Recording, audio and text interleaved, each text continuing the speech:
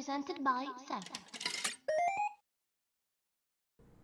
Good evening, gentlemen. How are you doing tonight? Doing well, doing well. I am here.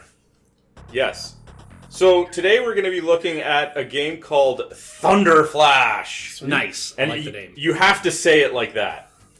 Looks like an NES game. This is actually meant to be, again, like one of those retro arcade throwback type games. Think like Smash TV, Yeah. right?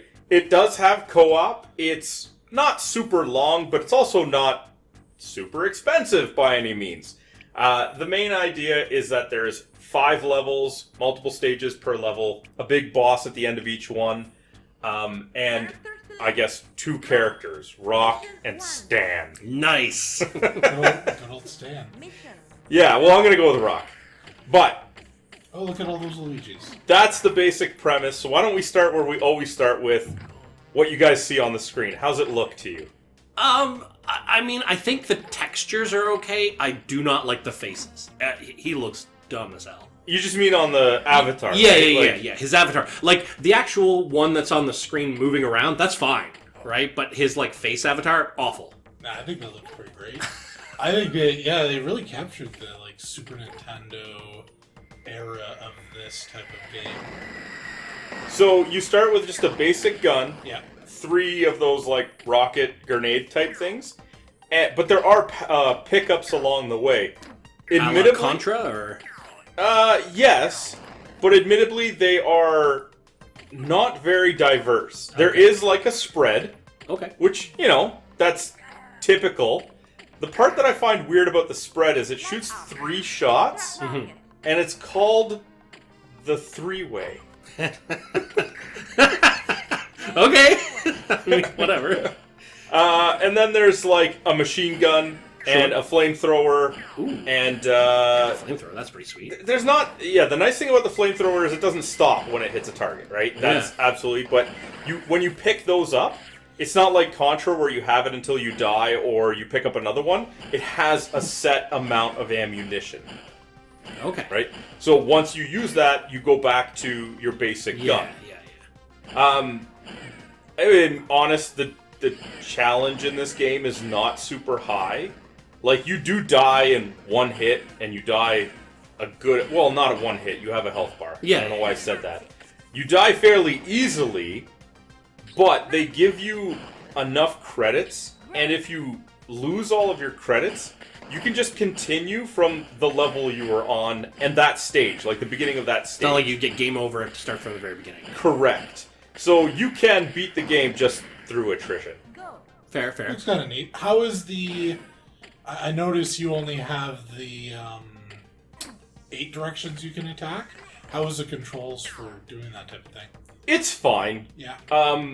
The frustration, which is minimal, but when it does come up, is just from not being able to shoot where you want to. Like, it's a very small thing, but if you notice, he does shoot a little to the side where his gun arm is. Yeah. Right? So See you right get there. you get to a point where it's like, there's a thing, an obstacle in front of me, a mini-boss, a tower, something I want to shoot, but I have to position myself in a way that I don't want to, because I have to, like, adjust for that. Yeah.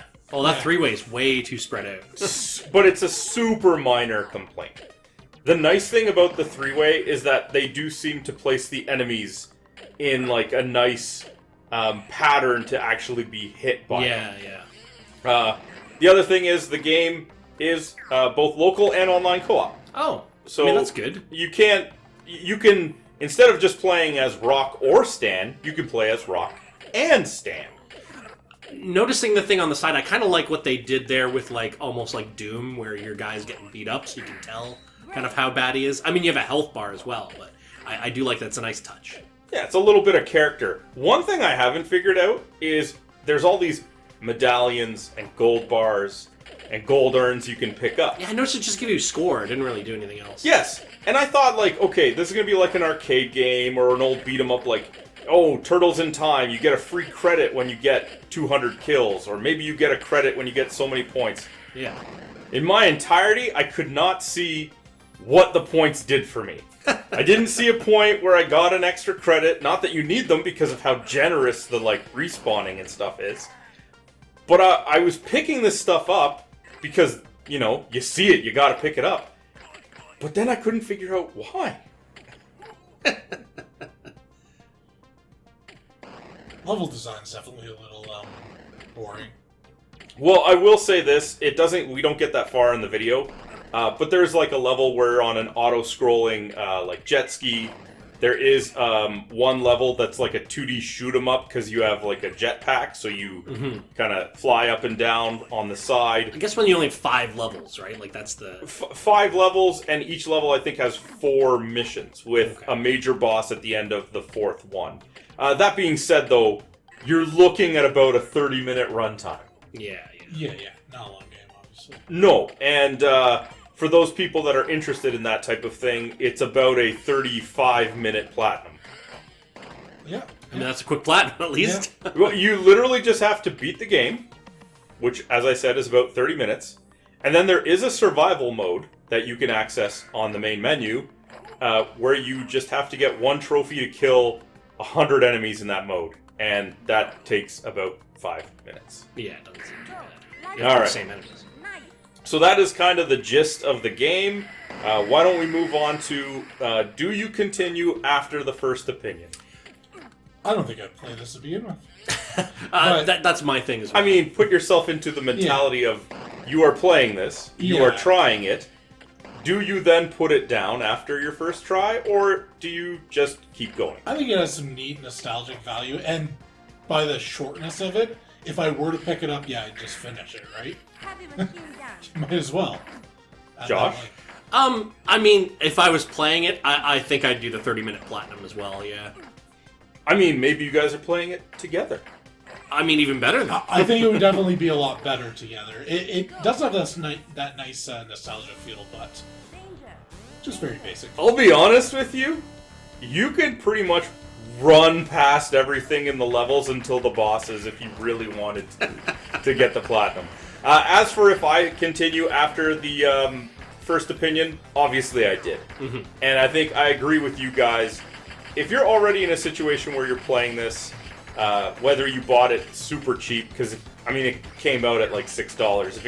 If it goes on sale, it's even cheaper. Yeah. For the platinum or to play it co-op, you might as well just keep going. Yeah. And I mean, finish it once, get your platinum, and probably won't regret it. So, anyway, that's our first opinions on Thunderflash. Until next time, live in the real world, play on a pixel one.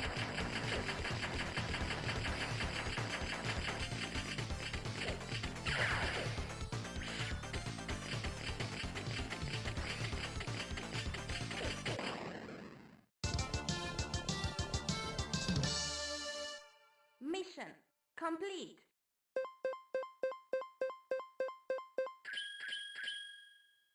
Hey, did you like that video? If you did, be sure to let us know by clicking the like button and leaving a comment.